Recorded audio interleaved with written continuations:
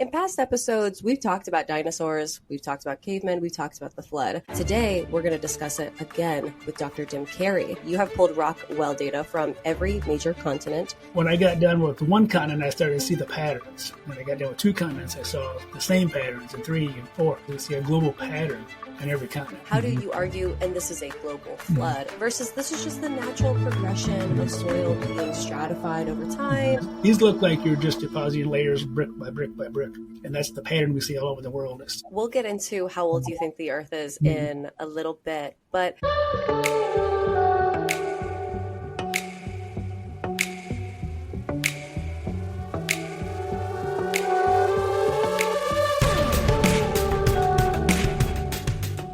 Hello. Welcome to Biblically Speaking. My name is Cassie Bellino, and I'm your host.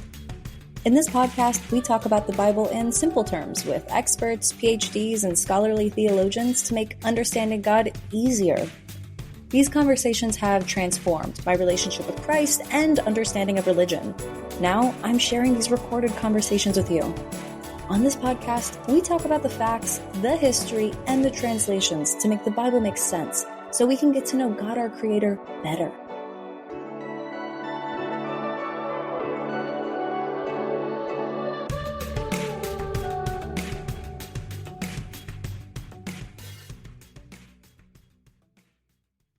Hi, it's Cass. I wanted to first start off by saying thank you for listening. I created this because I could not find it anywhere else on the internet, and it takes a very small team and a large upfront investment to make it all possible. I really hope that you find it valuable. I would never expect anything from my listeners, and I'm always going to do my best to first outsource support from brands. However, if you do find value in this episode, I invite you to contribute an amount equal to the value that you have received, either through a one-time or a monthly donation linked in the show notes below.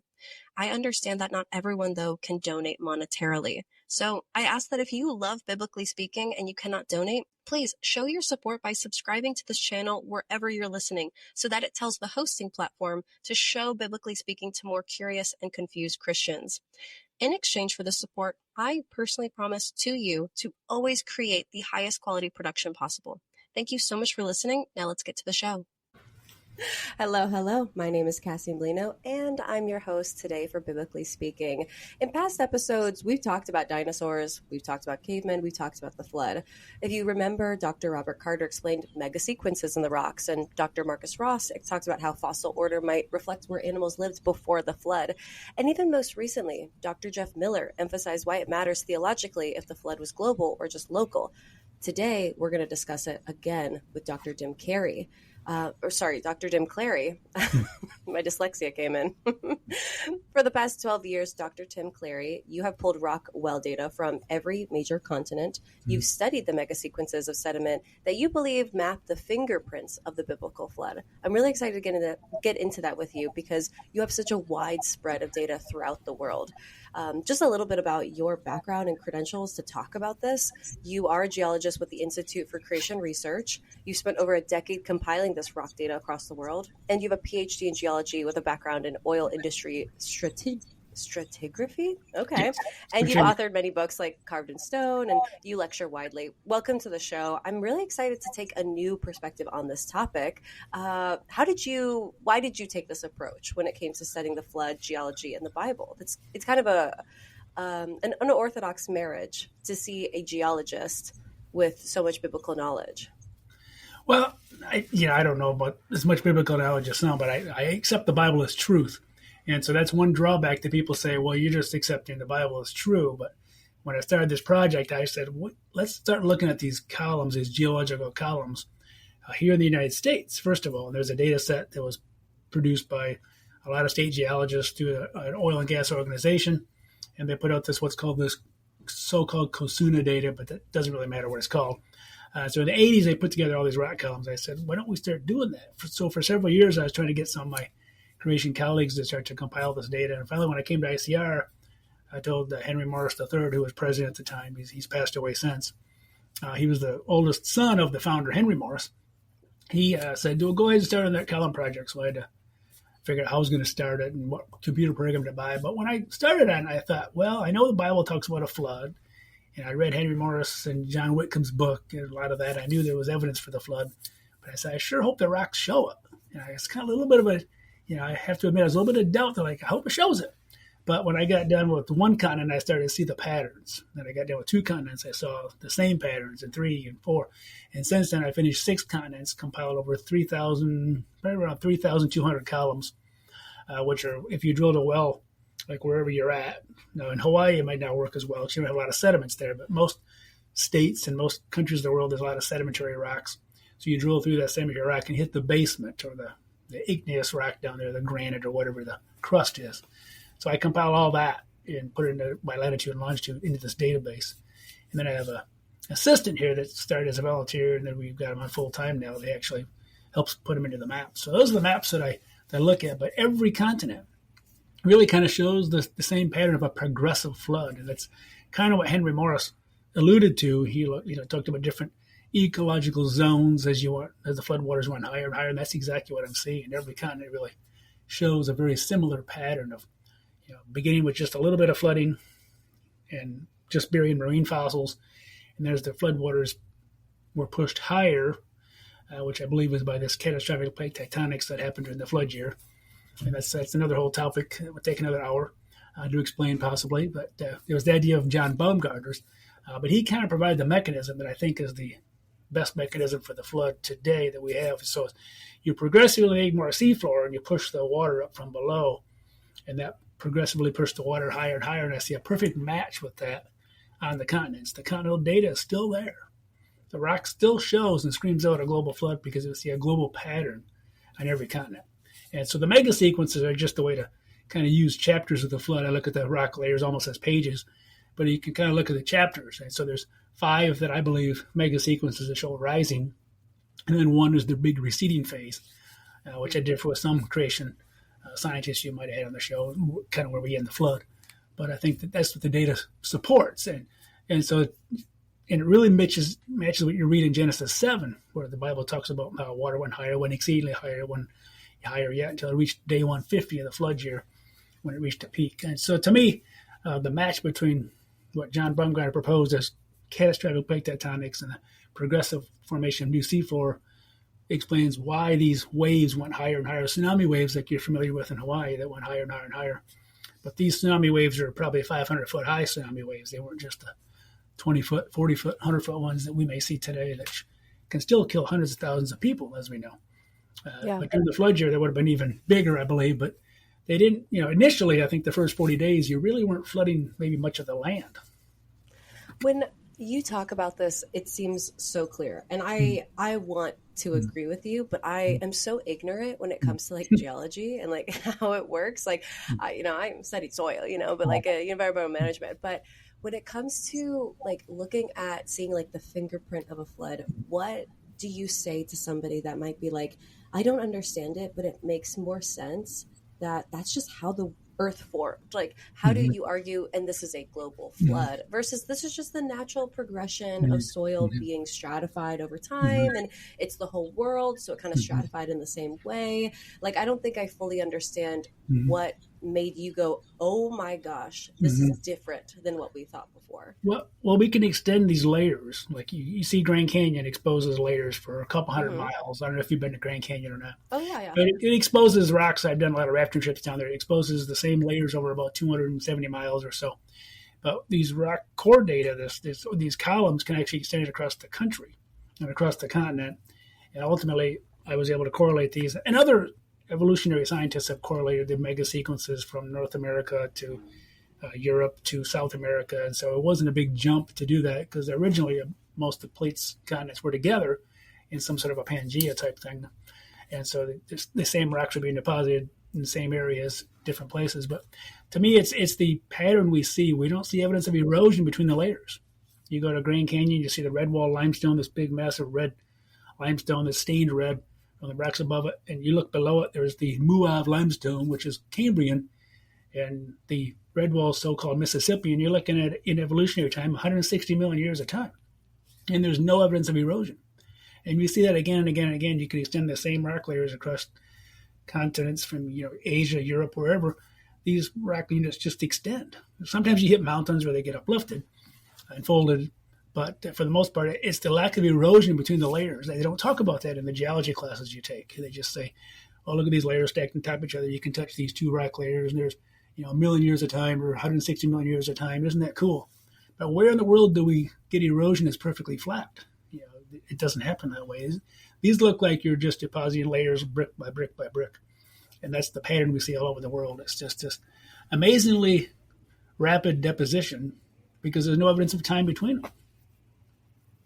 Does that make any more sense? That's across the world. Across the world. All soil formation. There's really not evidence of much soil. Yeah, I mean, soil, it takes time to build a soil. We see that. But, the evolutionary scientists do try to say there's these paleosols, they call them. But the evidence for that is kind of weak. We don't see rooting. Like coal seams, for example, are just flat top, flat bottom. The evolutionary community says they had to grow in place. And so you should see roots in the bottom. And also, you don't see that. They're just flat tops, flat bottoms. And there's even coal I found out in over a mile deep of water, approximately, in the South China Sea. There's coal seams out there. They're hundreds of feet thick. As they drill through these oil wells, they're finding coal seams. So how did those grow in place when they're now in the ocean? There's no evidence that was ever exposed to the land. But we see massive coal seams offshore in between Australia and Tasmania, South China Sea, in Siberia, north of Siberia into the Arctic Ocean. Oil wells tell the tale. They really show that there's things going on that aren't talked about in the geology textbooks. And to me, the best way to explain all that is washing off vegetation offshore as the water receded. In many cases, this is the upper parts of the rocks.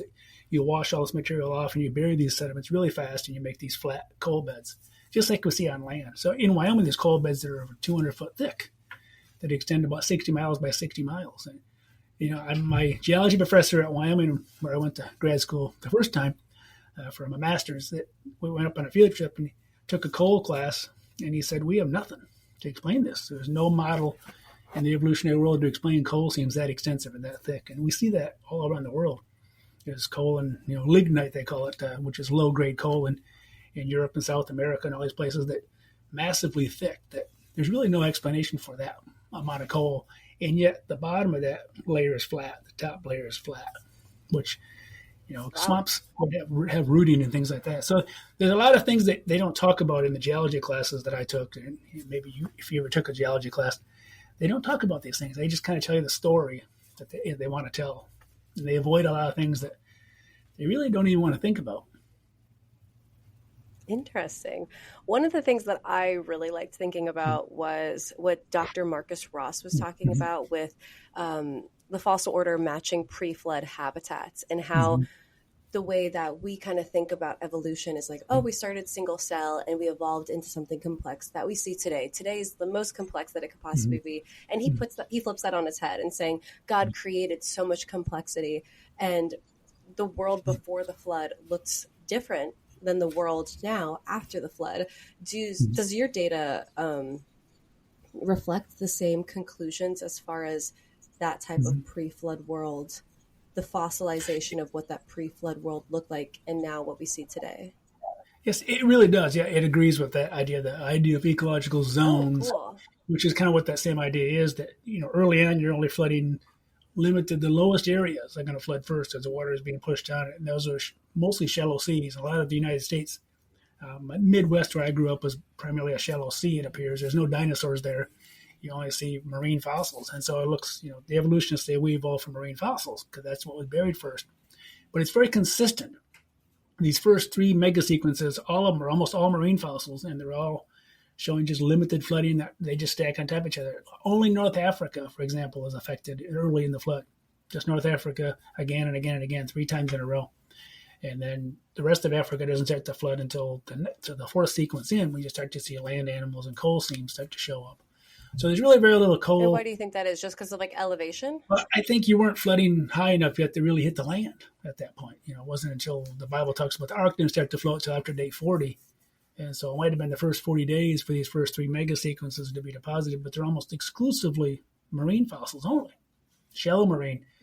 So it appears that there was this unique shallow water environment, ocean environment, that covered big portions of the continents, but, limited, like North Africa and just parts of Western South America and a lot of the United States, but Canada wasn't being flooded, and until much later in the flood year. We see the rock layers kind of progressively all thin towards Canada. So you can see that if there's a hill, all the rock layers are going to kind of fill in underneath. And so you can actually map these out with these mega sequences. You can map out the progression of the flood. And it also matches the fossil record, like Marcus Ross said.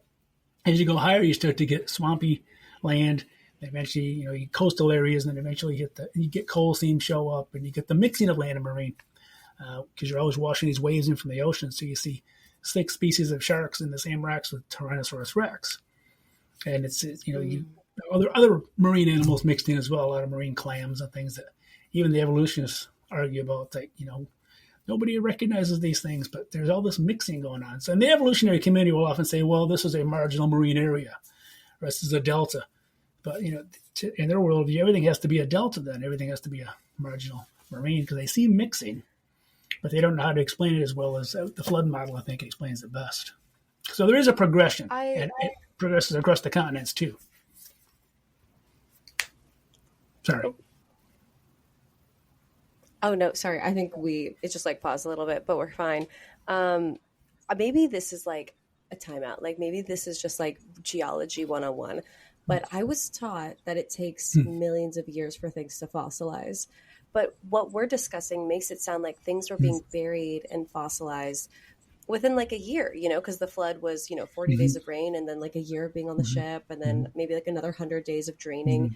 That's like tops 2 years, How does that work with fossils in such a short period of time when we were taught that it takes millions of years for fossils to develop? Well, amazingly, it doesn't get a year, but you get a really short time frame. There was an article I just wrote for the ICR website, just a news article that just came out a few months ago in the coast of England and Scotland, where they found a pile of slag from some industries that was being eroded by the waves. And it was eroding, and it would turn the rock from coarse rubble to rounded pebbles. So you're kind of going through the rounding process, which normally they think takes a long time. And then you're actually cementing the rock together. Right there, right in front of their eyes. And they found artifacts in there to show this all happened in less than 35 years. They found coins and things like that to show all, and they're just like, this is amazing. The quotes from the people that published this paper said, we thought this took thousands or millions of years to happen, but it's all happening in just a couple of decades. So they can go from loose material to solid rock in less than 35 years. So I don't have a problem with it happening in a couple of years. I don't know if the rock literally turned to stone until maybe a few years after the flood, or by the water draining off. Did it push a lot of water that had a lot of chemicals in it and help cement it faster? I mean, that's a possibility as well. That's one thing we need to look at more. But I don't have a problem with loose sediment turning to rock very, very quickly. But one thing we haven't discussed that really nobody's discussed is why the rocks offshore are not cemented. They're just packed down sediment. So it's really kind of strange. Offshore, you have the sediment is just clay and packed down sand, thousands and thousands of feet in the Gulf of Mexico, Gulf of America, whatever we're calling it this year. It's 30,000 feet of sediment, and it's really not rock. But onshore, those same rocks are cemented. So there's something about cementing with exposure to the air or something. I'm not sure exactly why, but it can happen very, very quickly. Okay, we'll get into how old you think the Earth is in a little bit, but just kind of moving forward with the flood. And this is something that I feel like I know what you're going to say, but as an early Christian, as like a Sunday school Christian, it's one of those things where you're like, well, I've heard whispers. So like, I want an expert to explain it simply. Is that some do argue that, okay, maybe Genesis is like an allegory. Maybe it's just a story to represent that we talk about part of like our creation myth. And maybe it's just like a local flood. But like for the people that were writing the Bible, it seemed like a global flood because it was so big. What evidence can you objectively provide that shows it was global? Well, biblically, anytime it's referred to, there's a special word, mabul, which is a Hebrew word that really implies it's a different flood than any other time the flood's used, talking about this one flood event. The other thing in the Bible, they talk about birds being brought on the ark. Why would you bring birds on the ark? God specifically mentions birds in the text several times, bringing on birds. Birds could just flown away if it's local flood. Even Noah and his family could have, migrated in the 80 to 100 years. I think people estimate that it took to build the ark. He could have left. He could have easily gone to another country, another region of the world. And anytime it's referred to in the Old Testament, the New Testament as well, Like in 2 Peter 3, it talks about the world that then was, overflowed with water, perished. I mean, it's always referring to the world, not just their visible world. But again, you got to think about, why did they take birds? Why did they take these animals on there? And then the geology, to me, shows that everything was happening on every continent at the same approximate time, the same fossils being buried about the same approximate time all over the world. To me, each continent I looked at I just kept reaffirming what I learned from the first continent. And so, to me, as a geologist, it was almost like a Christmas present. Every time I get a continent done, I'd open it up and go look at the maps and go, wow, it's showing the same thing. And so, to me, biblically, every time it's referred to, it's a global flood. It's just the whole world. There's no indications otherwise. And to say it's allegory, it's written very historic. It talks about Noah was this old and this month, this day. That's how we can calculate it out. 40 days into the flood, a year into the flood, day 150 of the flood, it reached a peak. And then it took until, I think, day 314 in Genesis 8:13, it says Noah looked out, the earth was dry. In the Hebrew there implies the Hebrew verb. My Hebrew experts here in High Sierra told me that it's a perfect verb, which means the process was done. So the earth was dry, but they didn't get off the ark until day 371 if you count up the days and the months. So they had to wait for vegetation to grow. So why get off the ark if it's just barren, dry soil, even though the water drained off? There's nothing to eat. And so all the food's on the ark. So God made them wait until day 371 to get off the ark. But it's written all historically. There's no, if it's going to be a story, it'd be things like, the account of Gilgamesh or something like that, where they just have a kind of a wild story that couldn't possibly be true in terms of, monsters and things like that. But there's a lot of. I'm glad that you mentioned Gilgamesh, because I think that that's what some Christians are. We kind of have this like bad habit of being like, we could be the secondary story, and they could be the one true story. So flood, like other stories in other religions, are going to have very similar stories to us. Like the flood of Gilgamesh is the most famous. But I was just learning the other day that like most other creation stories, like even Egyptian, references a flood in the past. Running my own podcast, I'm always moving too fast. I'm finding guests, I'm editing episodes, I'm creating reels or guesting on other shows. Not to mention, I just live in a world that moves fast. Notifications, trends, endless to-do lists. You know what feels like a blessing in all that? Slowing down. I'd love nothing more than a moment to pause, be present, and choose something timeless. That's exactly what Dwell Label is all about. When I first discovered Dwell Label, it wasn't just about the clothes. It was about a mindset. Thoughtful, intentional fashion that doesn't scream for attention, but instead invites you to slow down. Their pieces are modern takes on classic styles, made to last, not just for the season, but for years. I love that I can throw on a Dwell Label outfit for editing in a coffee shop, Bible studies, or looking professional in an interview. It always feels right. Comfortable, effortless, elevated. And here's the best part. Dwell Label does not just talk about rest. They live it. Their website literally doesn't work on Sundays because they believe in pausing and dwelling on what matters most. So if you're looking for high quality, timeless fashion that aligns with a lifestyle of intention and presence, I can't recommend Dwell Label enough. Shop Dwell Label with the link in the show notes and use my code BIBSPEAK15, BIBSPEAK15 for an exclusive discount at checkout. Take a breath, slow down, and dwell in the good things. Now, back to the show. So is there like a scientific way geologically that we can use as Christians to be like, no, Christian, Noah's flood in Genesis, that is the real story. Everything else, copycats. Well, I think some of that has to do with faith. You got to believe that God's word is true. And even though Gilgamesh might have been written down before Moses, compiled the book of Genesis, that's the argument. Well, this is written first. But that doesn't always work that way. It doesn't mean just because you wrote it down first doesn't mean you have the most accurate account. And so I do think that, there's been no inconsistencies found in the Bible in terms of science. The Bible's not a science book. Everything in there has been shown to be true in terms of even the hydrologic cycle and ocean currents in Psalm 8:8.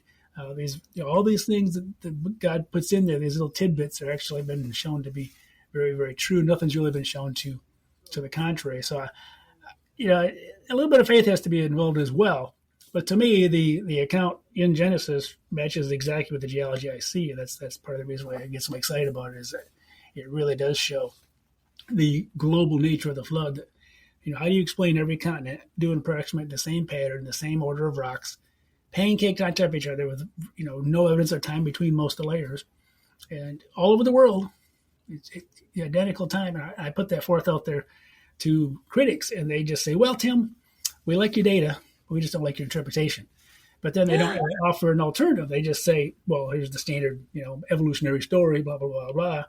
And they go with that. And unfortunately, there's so many Christians that are only taught the old earth view that they seem to want to have to buy into this must be an allegory. Don't really take Genesis 1 to 11 literally. But I think it is written as history. It's written, days, months, even the creation week. It was morning, it was evening the first day. It was morning, evening the second day. I don't know how God could have made it more clear. And in Exodus 20:11, with his own hand, in the Ten Commandments, he says, God made everything in 6 days. He could have said 6 long periods of time. God, you think, has a pretty good command of the language. He could have used a different word, but he always used the word day. And with the morning, the evening, the numbers, it's hard to argue otherwise. But people still do. I know well-meaning Christians. They just think, well, God was just kind of giving us the general idea. But even in these cultures all over the world, every major culture has a flood story. But I think only the Bible got it right, because it really ties back directly to your faith in the Bible as being true. But the Chinese, the characters, and I have this in some of my carved in stone book, the characters in that actually, some of their basic characters had to do with the flood and 8 people in a boat. And so they didn't even realize that what they're writing when they write in Chinese, the exact, I don't know what they call it, their written language is, a lot of it's tied back to 8 people in a boat in a flood. And so one Chinese immigrant became a Christian because he realized that he never knew it was right there all along. Talking about what's in the Bible, and so he turned his life to Christ because of that. So it was. Wait, what did he realize that? Realized that a lot of his Chinese language, his character, is in the chapter 20 in my book here, if I can find it. But it's in here. The textbook right here. Chapter 20, it's in there, and it's actually referring to some work that another one of my colleagues did, who just passed away, James Johnson. But he compiled this. Where he shows that, and other people have done this, I'm not sure his source ultimately, shows that the written Chinese language, actually, a lot of it is tied back to a flood and 8 people in a boat. And so they kind of have it all in there as well. So you can look through that if you get a chance. The different pieces they put together into the way they write. So I'm not a Chinese language expert anyway. I just report what other people have done. But to me, it all kind of verifies that these legends, whether you're in South America, wherever you're at, North America, all the native tribes, they all had some sort of a story that they passed down orally. Many of them, of course, didn't have a written language for a long time. And so I think just like the old telephone game where you tell somebody, eventually the story kind of gets a little distorted. And I believe, the Holy Spirit inspired Moses to write the right story, even though it might have been written after Gilgamesh. But you're always going to get critics who are going to complain like, well, it's written afterwards. They just copied it and made it sound like, they're the important people. But, God chose the Israelites. He chose Abraham, as his chosen people, and because he had enough faith to leave and head towards what became the Holy Land. But so other people ask me about the Holy Land. I mean, well, go ahead. Well, they ask me stuff about Garden of Eden. Where's the Garden of Eden? I'm like, I don't know. I've studied. I thought we knew that was in the Fertile Crescent. No. Well, no. They just renamed a lot of rivers that remind them of pre-flood rivers. I think where they landed is, Henry Morris figured out they're in the kind of the center of the world today. After the continents were moved during the flood year, they're still centrally located, but they needed the ice age to, of course, drop sea level enough, suck up enough water into these big ice sheets to lower the ocean enough, almost 400 feet or so, to get land bridges to get everything back, animals back. And you could walk from France over to Ireland. You could walk from Siberia, Asia over to Alaska. And I think God had a plan even how to repopulate after the flood. It was all set up by the conditions of the flood, but that'll be another hour. We don't want to go down there. But it's really fascinating how it all ties together like dominoes. God started the process. We're splitting the fountains of the deep. And I think those are the initial breakups of the plates. And Earth's the only planet with plates, by the way. And those plates moved, I think, rapidly. And John Baumgartner's models all showed that they would move rapidly under the conditions that we have. But the evolutionary scientists, they look at his data and they're like, well, there's nothing wrong with his math. But they just can't believe it, But you go back 50 years, Even the time I was born 60-some years ago, nobody believed in plate tectonics. They didn't think anything was moving. So it wasn't 50 years ago, they didn't believe in plate tectonics? Yeah, 60 years ago, 50, 60 years ago, nobody believed in any sort of plate tectonics. What did they believe? They just nothing? They just thought ocean they had until weird magma? theories. They had weird theories where you load up a lot of sediment, eventually so much sediment, it pushes down the crust, and then it kind of springs back up and makes mountains. And they had some really strange theories in the 1950s and 40s and before. I want to take a minute and say thank you to the recording service that has made this podcast possible, Riverside. When I started my podcast, I had literally no idea what I was doing, and I just wanted a single way to record, edit, and share content without wasting time on different platforms. Then a friend suggested Riverside to me, and I'll tell you what, it was literally an answer to prayer. With just one login, I can record my interviews with scholars, clip interview moments into Reels for Instagram and TikTok, and post directly onto my RSS feed and Spotify, all without the extra downloads, platforms, all of it. So for the curious and confused people like me, the best part is that the crew at Riverside actually listens to their users when they need help. I wanted an editing preset to save time on creating reel templates, and they listened. They literally implemented a new feature. And since using Riverside, my social clips have reached over 1 million people each month. And I haven't even unlocked all the features yet. Live streaming is going to be next. So if you're considering starting a podcast, or you just need to edit at a pro level for content or interviews, I cannot recommend Riverside enough. If this is helpful for you, I ask that you click the affiliate link I provided in the show notes description. It costs nothing extra to you, and it gives a small kickback to me, which helps the channel stay alive. Thank you so much. Now back to the show. And it wasn't, what discovery changed their mind? Well, it was the oceans. They started studying the oceans after World War II. And they started mapping out the oceans and seeing there's these big ridges down there that run the whole length of the oceans. And nobody had a map of the ocean until after I was born. Nobody made a map of the ocean floor. They knew that it was deeper here and shallower here and individual points, but nobody had a map until like 1964, 1962, something like that.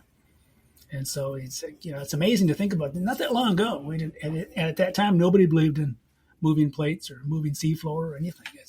Today they're moving this fast per year, but John Baumgartner showed that just a couple centimeters today during the flood year, we moved several yards per second.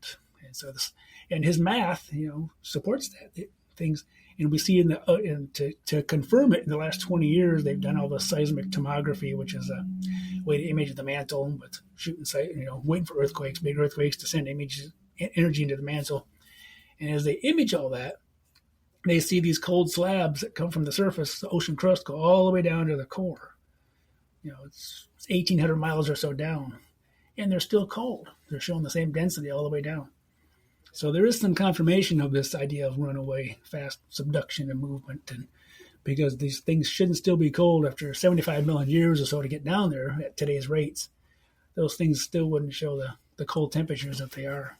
And so that's one thing that's never really been explained by the evolutionary community, is how you have these really cold slabs and blobs of rock down right on top of the core that must have gone down quickly to maintain their temperature, because you're looking at over 3,000 degrees difference or more between the surf, just below the surface and all the way down. Right. And so I'm curious about carbon dating, because that's something. Carbon. Yeah, that's another. That old thing. Because I think most. Well, that's the biggest argument people have. Like I think note that Rob Carter said the biggest argument for old Earth is radiometric dating. Right. And that is probably true, but I think there's a lot of assumptions built into that. The carbon dating is only used for young things. So you agree that it's flawed, or you think that we should trust it? Pardon me? Do you think that carbon dating is flawed to a point, or do you think we could trust it? To a point, I think you can trust carbon-14 dating for a couple thousand years, because carbon-14 dating is different than all other radiometric dating methods. You're measuring the atmospheric carbon-14 ratio to the carbon-12 and carbon-13. And so there's different isotopes of carbon. The other ones are stable. Carbon-14's being created by the ultraviolet radiation, and you probably heard all that before. But nonetheless, we're taking today's ratio and projecting the past. So we can go back a few thousand years and be pretty safe. But eventually, things start to take off, and they had to try to flatten those curves a little bit with tree rings. But even tree rings gets a little subjective after a while if you go back thousands of years. And so I trust carbon-14 maybe for 3,000 years or so. I think you can date a lot of Egyptian artifacts and King Tut and things like that, as long as you have some carbon. because once something dies, a plant or an animal, they stop taking in carbon-14. So what's there starts to decay away, and you measure how little that's left compared to today's ratio. Whereas most... Well, go ahead.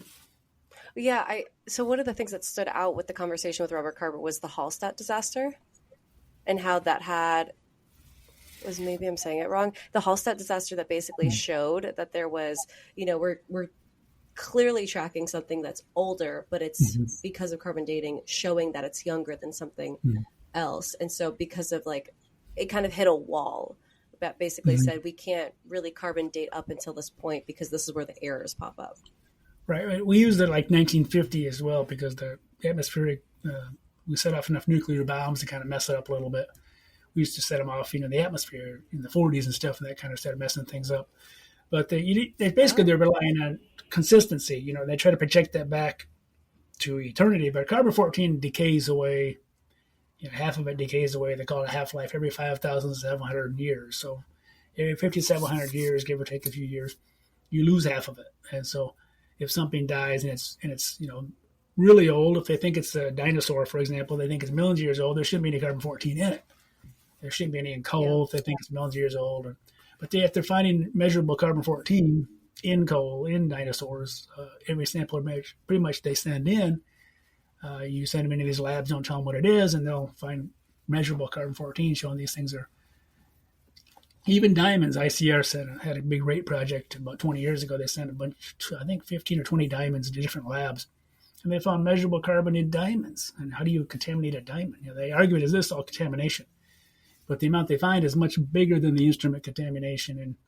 And the people that done studies on that as well. They just, to me, carbon-14 becomes our friend in some ways because carbon-14 shows that these things can't be that old. They can't be millions of years old, just like the original dinosaur proteins and collagens and blood vessels and cells we're finding in dinosaurs and in fossils of worms that go back supposedly 500 million years. They find original proteins. How did they survive all that time? And again, the evolutionary community is kind of like, we don't know. But they still won't give up on their date, millions of years. But there is strong evidence of a young Earth. If you are objective, if you don't have your mind made up and you look at it, you're like, it's pretty clear that these fossils can't be that old. It's pretty clear that these plates moved down to the Earth not that long ago.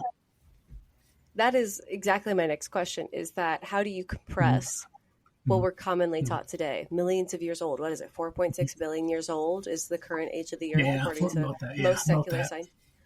How do you compress it to which age do you think it is? Because you're a young Earth creationist. So it's not 4.6 billion. You think it's what age? And how do you compress everything into that? Well, I would say about 6,000 years, because maybe give or take a few hundred years based on the genealogies in the Bible. To me, if you read the Bible and you didn't know anything about modern science, you would say the Earth is young.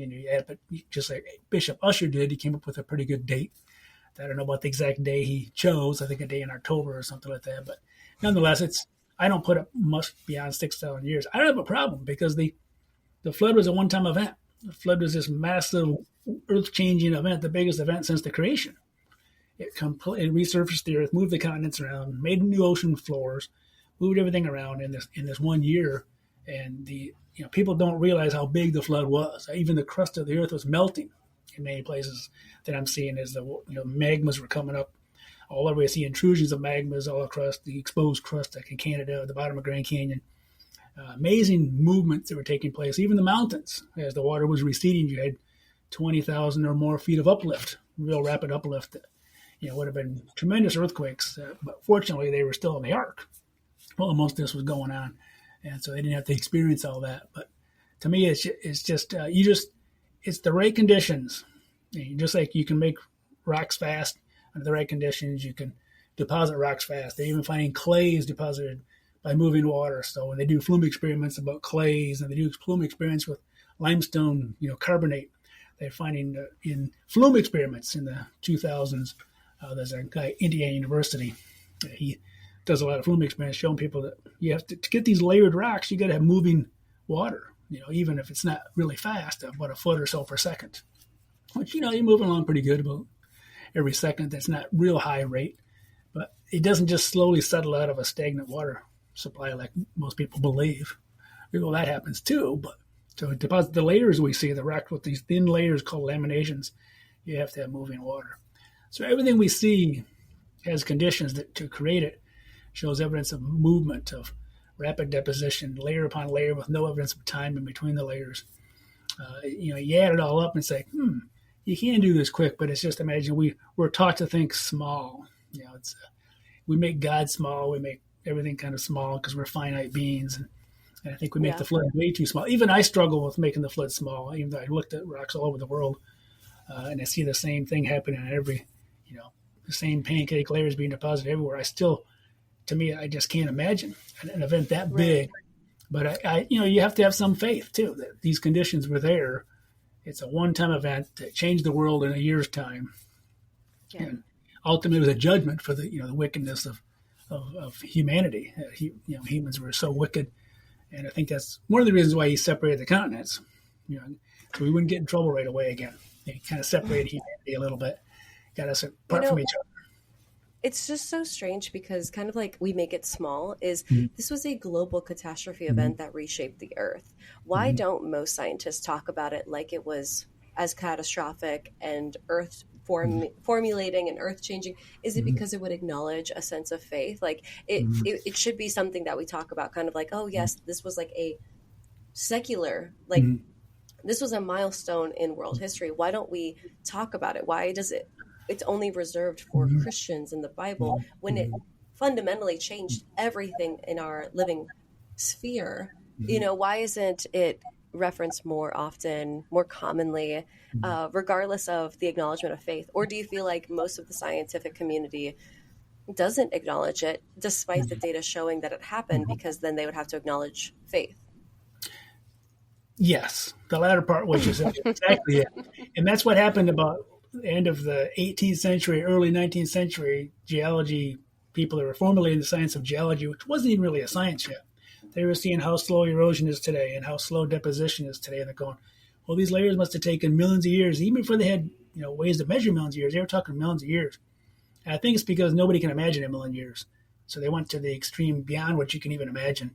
It's almost like monopoly money. Went from real money to monopoly money real quick, even before they could come up with dates to do it. So but some of the writings of these early, people coming up with the science of geology said, we want to get the writings of Moses out of science. They want to get rid of the idea of catastrophism, any sort of catastrophe at all. Whereas before that, all scientists, Newton, all these people, they all believed in the global flood, and they believed the Earth was about 6,000 years old, and they had no problem with any of it. But it started with the scientists, the geology people coming up with the idea, like James Hutton, started coming up with deep time because he saw, well, this must have taken a long time to deposit these layers, and they got uplifted and eroded. And, he forgets that there was that special year where things were totally out of the ordinary, an extraordinary year of deposition and erosion and everything going on really, really rapidly. And so he purposely went through and said, okay, if this took so many years. And then that idea was taken by Darwin about 50 years later and said, we have all this time, then we have time for evolution to happen. So maybe we can explain all of life by, some sort of cell that appears and goes through all this thing. But you need both. It's like a pillar of deep time, and you need evolution to go to. If you take one of them away, everything collapses. So the evolutionary world, most of science today, is never going to give up on deep time, no matter what the evidence shows, no matter how many fossils you have that show original tissues that are there. They just think, well, we just don't know how to explain how long they survive. And so we don't know how to explain how those deep slabs are still down the ocean. But one thing I didn't touch on was, I kind of believe carbon-14 is good for a few thousand years, but I don't believe most of the other methods are any good at all. The traditional methods to date the Earth with billions of years are using uranium and lead, rubidium and strontium ratios, all these other methods that have much bigger half-lives, like 500,000 year half-lives or 500 million year half-lives and things like that. So to date the old rocks, they have to, and there's no rocks that old on Earth. They have to use meteorites, and some of the moon rocks are dated that and they just assume it's the same age. But those dates are all flawed as well, because you're looking at a couple of basic assumptions just to get started, to get to where they can do the math. And it sounds very accurate. They teach it very factual. Like, unfortunately, they can say dinosaurs went extinct 66 million years ago now, but it used to be 65 a decade ago. So what's a million years? And so they're always changing the numbers a little bit, but those numbers come from different isotopes where they think they can determine how much original parent was there and how much his daughter was there. But they forget that as I studied groundwater geology for my dissertation, there's groundwater flowing through everything all the time. I was moving about 50 feet per year. So you're always flushing the system out. You're always moving things in, moving things out. You're moving in. Minerals are coming and minerals are going. You can't close anything off and say, okay, this is exactly what we have. And they try different methods with isotrons, but even those are more of they're a curve, from one extreme to the next. Or they're not. They don't really give you. You have to start with assumptions, and those assumptions you can't go back and verify. And so I don't believe that those dates are right. That's why when we send samples off, like ICR did, they got same rock, 3 different methods. They got 3 different answers. Completely out of whack. And so eventually you got to say, well, this one's no good. This one's no good. This one's close to what we think it is, so we're going with that one. So once they have the kind of general order of how many millions of years they had, they kind of know you can't change that much. So if you find new dates, you can't, the tree's already built. And so, as a scientist, you can't go in and say, no, these are all wrong. They're 6,000 years old. And most of the evolutionary community will never go for that because they're so taught over decade after decade after decade. The Earth is billions of years old. These methods are real. But you can't verify any of them. And what's amazing is when they have dated known volcanic eruptions, they did this. And these are evolutionary publications. And a little bit by Steve Austin, who used to work ICR. He dated the Mount St. Helens eruption. But you can go back and see all these historic eruptions in Hawaii, where you live, and other places around the world, Italy, 1,000 years ago, 2,000 years ago. When they sent them into these labs, they got millions of years. Pretty much every one of them was way out of whack. Hundreds of thousands or millions of years. And so to me, when you aren't getting the right numbers on things we know the age of, how can you argue this stuff's factual? How can you argue that this is real? These are real, accurate dates. When I don't believe you can say that. You can maybe put them in relative order, but you can't really. And so I don't have a problem with Earth being 6,000 years old at all, because I think these age dates are all flawed. They're all based on assumptions. It's like if you're a mathematician, I don't know if you're a mathematician, Cassian, but if you remember in math class, I was in algebra, you'd have 2 equations if you had X and Y. I consider math yeah. cruel and unusual punishment. Survived I did a lot. And I got out. Yeah, I got to the point where I got it, so I took a lot more of it because there was no labs. Geology, a lot of labs take a lot of time. But if you have 2 equations, you can solve 2 unknowns, X and Y. So you need 2. If you have 4 equations, you can solve 4 unknowns. So they have 4 unknowns. They assume 2 answers, boom, boom, and they can solve it. So it sounds accurate. It sounds scientific, but you can't go back and verify it because you made assumptions just to get to that point. How much parent was there, how much daughter was there. Again, you can't isolate anything. You can't say it's a closed system, just like we can't isolate and dispose of our nuclear waste or hazardous waste without it leaking somewhere. Everything leaks because there's always movement going on. Over millions of years, how can you say, that these things never change decay rate? There's just so many things that they have to assume, but it works for them because they want to make the Earth old. So therefore, they don't argue with it. They just accept it. With these questions, I feel like it brings up a lot of common questions that I actually asked the audience to submit. And so I feel like this is going to be some easy tosses for you, but very interesting things that I see all the time from the audience and people that comment this. So it's just going to be rapid fire. I have 4 questions for you. And I have a feeling it might just take us to the end because I'm so excited to let you cook and hop off. Sorry, I get off on rants a little bit. So. No, and you should. You're so smart. So I want you to talk, not me. So real quick, animals on the ark. How did they fit? Because Miller's going to say that God helped, but Carter's going to say there's a natural solution. Where do you land? How did it work logistically? I think there's plenty of room on the ark. There's a guy that did a feasibility study that ICR helped fund. And you got to think about, you don't need every species. You just need the kinds. Whatever the biblical kind was, we're not really sure. But a lot of people think it might have been like the family. So you need maybe just a couple of dog kinds, a couple of cat kinds, a couple of, each of the animals. You wouldn't need, every variety. I think, just like we don't need every. When I'm talking to an audience, I'll say, look, everybody around here, we all look different. And if an anthropologist found our bones, he'd say there's 5 species in here. Because anything different, they name it a new species. So you get a little bit difference in a bone and a dinosaur. Oh, that's a new species. But really, there's only about 60 to maybe 80 kinds of dinosaurs out there. They're just new varieties of the same things over and over and over. So you would only need maybe 120 to 140 maybe 160 dinosaurs on the ark. And God probably brought juveniles. So we actually did the math because we love math. And we took a database, 300 and some dinosaurs, and figured out that the average size of an adult dinosaur is about the same as the American bison or the buffalo, we commonly call it. But that's the adult size. And so the juvenile size would have been more like a sheep. So there's plenty of room for the dinosaurs, plenty of room for all the animals. You don't need to bring every variety of every kind, just the major groups and kinds. And God brought the animals to the ark. Noah didn't have to go out there and find them all. The Bible says animals. Yeah, it's hard to imagine like a T-Rex next to like a bunch of dogs and cats and not eating them. But the T-Rex might have been the size of you and I, the juvenile or something, not that big. Got it. And then it got off, and there is evidence of dinosaurs after the flood. That's another whole topic in itself as well. That's you can read Job 40 and 41, and you can see lots of carvings and paintings in Egypt and places that look like dinosaurs and all around the world. And that's, to me, there's ample evidence, circumstantial. Okay, so you think Leviathan and I forget the other one. What's Behemoth.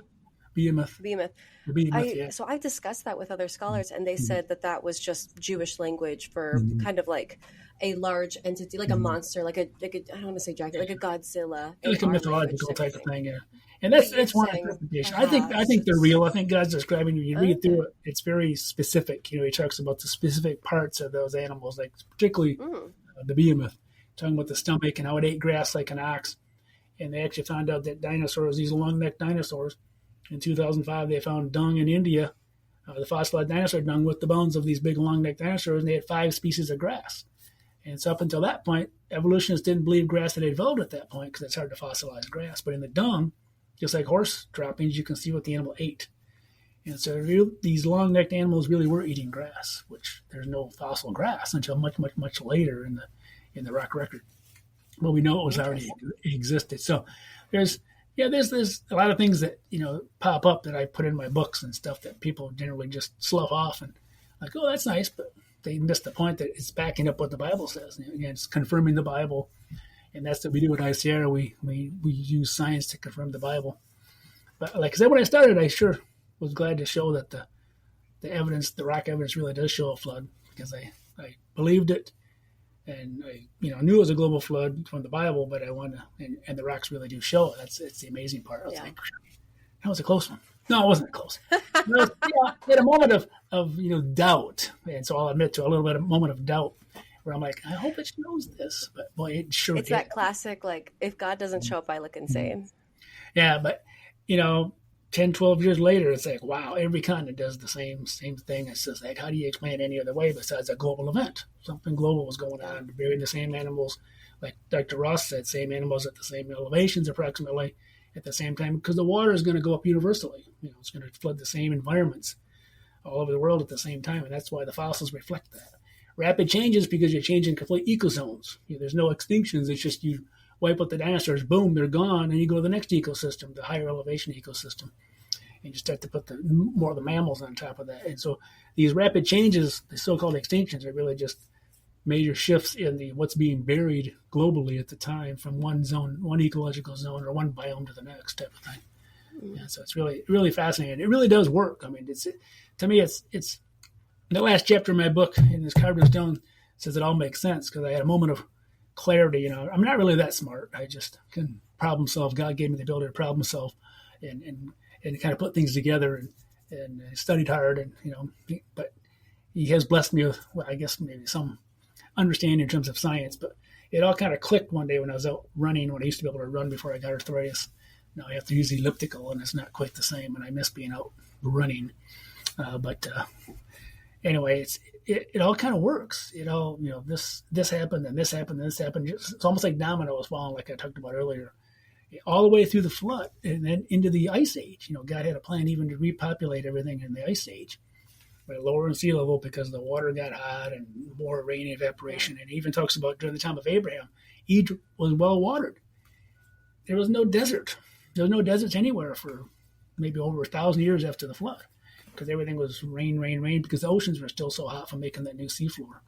And then in the north, you had all these volcanoes that were going off, like they're putting off all these ash and aerosols. You were cooling the earth enough the rain was coming down as snow in the north, and that built up into big ice sheets. Probably within a few hundred years, you had a full-blown ice age going on.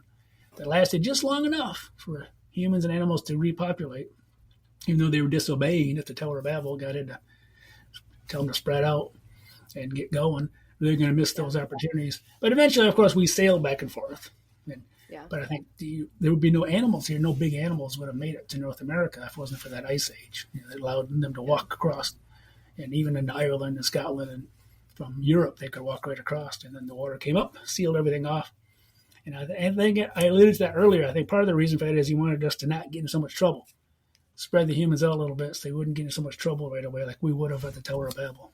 And so God, he knew how wicked we get. And we're together. And you see the wickedness in the world today by the internet. People can communicate globally instantly, and it's just how it's being turned, to wickedness. Satan is using it to spread lies and and get people in trouble, and a lot of evil happens because of the, I think too much communication too quickly. Between some of it's good, obviously, but some of it is used, nefariously. Okay, I have to ask about dinosaurs. I thought they were all wiped out. It's very hard to think of dinosaurs and then like people walking around at the same time, because again, I was taught there was dinosaurs and then there were humans. So paint the picture for me of what your data shows. Okay, the data shows that dinosaurs and humans lived in separate areas. And so we don't see humans buried, in the pre-flood world. They lived in, lower elevation, swampy areas. You don't see horses, camels, anything like that with dinosaurs either. You see some squirrels and beaver-like animals with dinosaurs that lived in the wetland areas. But most of the, cows and things that we think of as these mammals and rhinos, and they don't appear in the rocks till later. And so just like humans, I think they're living at higher elevation with most of the flowering plants that are shown in the rock record later. Most of the dinosaurs are living near their food source God made for them, which are these non-flowering plants. Many of them are extinct today. Many of these plants went extinct as well during the flood. But a lot of them, there's enough plants, but kind of a complete change of plant type. Mostly the world's dominated now by flowering plants, whereas I think before that was only certain areas. So you can kind of see in the rocks, the layering of the fossils, you can actually see the plants changing as well, which matches that. But dinosaurs and humans, I don't think we're really in, dinosaurs weren't going to go too far from their food source. They're all supposed to eat plants, even T-Rex. That was the original plan. No animals ate each other until after Adam and Eve sinned. And then they started eating each other. Yes, there was. Well, you read the Bible, it says all these herbs, the King James says all the herbs for food. So there was no, because plant death isn't considered like animal death with the shedding of blood. And so it wasn't until Adam and Eve sinned that, that brought death into the world. Like it says in Romans 5:12, there was no death until Adam sinned. By one man, death was brought into the world. And eating plants wasn't considered death. So the food source for humans and all animals was plants originally. And then how quickly they sinned, then everything started to go. Even the animal world started getting very violent and wicked. They started eating each other. We have evidence of, dinosaurs chewing on each other with the bone scratches and chomping. And so we know that there's bones stuck in dinosaurs that healed over, teeth and things like that. So we know that was happening in the pre-flood world. But humans were still living in a different area, along with most of the, mammals that we live with today even. And so when the water reached higher, of course, it wiped out the dinosaurs. Then it went to that next level, and that buried all the mammals like pigs and horses and cows and all these mammals and rhinos on top of the dinosaur bones where we have them. I think that was part of the receding phase. But after the flood, humans and dinosaurs had to live in the same area because it was, I believe, that there was no place for them to go and live in their own separate area. And so they were more in conjunction, I think. So some of the humans were killing dinosaurs. You hear about St. George and the dragon, these types of things. The knight in shining armor killing these beasts that look a lot like dinosaurs. And when they paint the picture of the dinosaurs, they show the legs coming straight down. Even these carvings back in the time of Mesopotamia, they show the legs coming straight down on these big long-necked animals, which we didn't know until 1841. That's what defined what a dinosaur was. When you say legs coming down, you mean like standing? Standing, like almost like a mammal. So dinosaurs stood with their legs coming straight down, very close together, unlike sprawling alligators and crocodiles today that spread and their legs go out and down. So dinosaurs were defined in 1841 by Sir Richard Owen as reptiles that walked erect, upright. So they didn't drag their tails, they didn't drag their bellies, they didn't drag their bodies. They were very leggy animals, and so the footprints verify that they're very close together, just like you and I walk. And so it's just like we walk on the beach, you leave footprints close together, you're not walking sprawling. That's the way dinosaurs are. Four-legged or two-legged, they all walk about the same way. It's pretty fascinating. Okay, so this last question, I mean, I have a million more questions, but just for out of time, I understand. No, you'll come back. You'll come back. So, No, it's one ADHD on my part. My wife's a kindergarten teacher. She diagnosed me with that. Like, I never knew it had a problem when there's two ADHD people having a conversation. That's okay, Cassie. That's okay. Okay, so why don't we see flood fossils forming today? Like, this is, again, just out of total ignorance. It might be obvious, but like, it feels like that's something that happened, but no longer happens. Correct me if I'm wrong.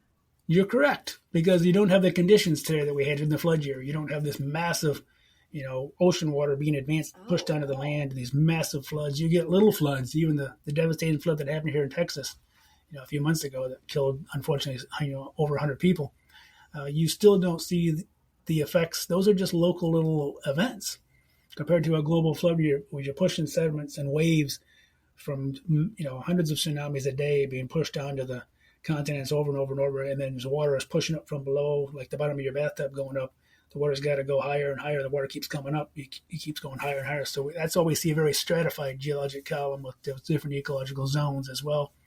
But you need special conditions to make a fossil. You have to bury things fast and deep. And that's very few places today we get that. You might get a big landslide somewhere and locally maybe bury things deep enough to become a fossil in the future. Then you got to let groundwater percolate through to, change the bones sometimes to petrify part of it, but still some of the inside part is still preserved as we're finding. So, but you need fast and deep because you got to bury them fast enough so they don't rot, they don't get eaten. And deep enough, I guess, so they don't rot, so they don't get eaten by all the bacteria with a lot of oxygen. Even though there's anaerobic bacteria, it's a slower process to decay. So you get bury things fast to keep, if you run over an animal, it's not going to become a fossil. It's going to get eaten by something. You hit one of those chickens in Hawaii that roam around all over the place, and all the other islands. Unfortunately, if you hit one, we don't eat roadkill, Dr. Clarey. I know. Well, I know, but other animals do. So you get these turkey vultures that come in, or you get the ravens come in and eat on them, and they eat most of it up, or like a coyote or something here in the States. So you don't think we're creating any fossils today, or like what? No, not what very few. 100 years from now, what will they find? Very, very few fossils, probably. Maybe some in the oceans in a few locations where you're burying a few. You're making some what they call ground up seashells and things called coquina. You are making maybe some of that in a few places, but you're really not burying a lot of things alive. Maybe a few along the edge of the ocean where you have waves that can wash in and you bury sediment fast enough and deep enough to preserve some things, but very few fossils as we know them. You're not burying horses and cows and big animals the size of dinosaurs by any means with what happens today. Again, you need special conditions, I think, mostly during the flood year. Even these big volcanoes like Yellowstone, that was all during the flood year. That was, these massive super volcanoes. We don't see those today. We see big eruptions of that, but they're small and few and far between compared to what happened during the flood year, where we see massive eruptions that covered covering almost the whole United States. That kind of stuff isn't happening today. Mount St. Helens is very small compared to what happened in the flood year. Wild. That's so wild. Dr. Clarey, I truly do have like a dozen more questions. We will have to bring you back, but for the glad time to come now, back. Good. We'll come back next year then, because I know you're traveling. If anybody wants to connect with you, if you've got events or, you have your books that are coming out, what's the best way for them to plug into your work? Well, probably go to our website, icr.org, and that actually you can go to our homepage, and there's articles. You can look up those articles. You can go to our events that we're having. You can go to our store and buy books. You can get the infamous Carbon and Stone book here that looks backwards now. Maybe, I don't know if it comes out right. But that was that's the first week. Linked below. It's all linked and all that kind of thing. So, but if you want to get a hold of me, you can go to icr.org and you can actually go to contact. And you can send it through. We have a guy that sends the contacts and say, I want to talk to that geologist guy, and he'll forward it to me probably. And I'll try to respond to you. But I'll be traveling three of the next 4 weeks. So we're doing some sampling up in Montana and places. We're driving up, leaving tomorrow to do a big sampling run for a research project we're working on, which you'll all hear about in about a year maybe, and see some interesting so things. Exciting.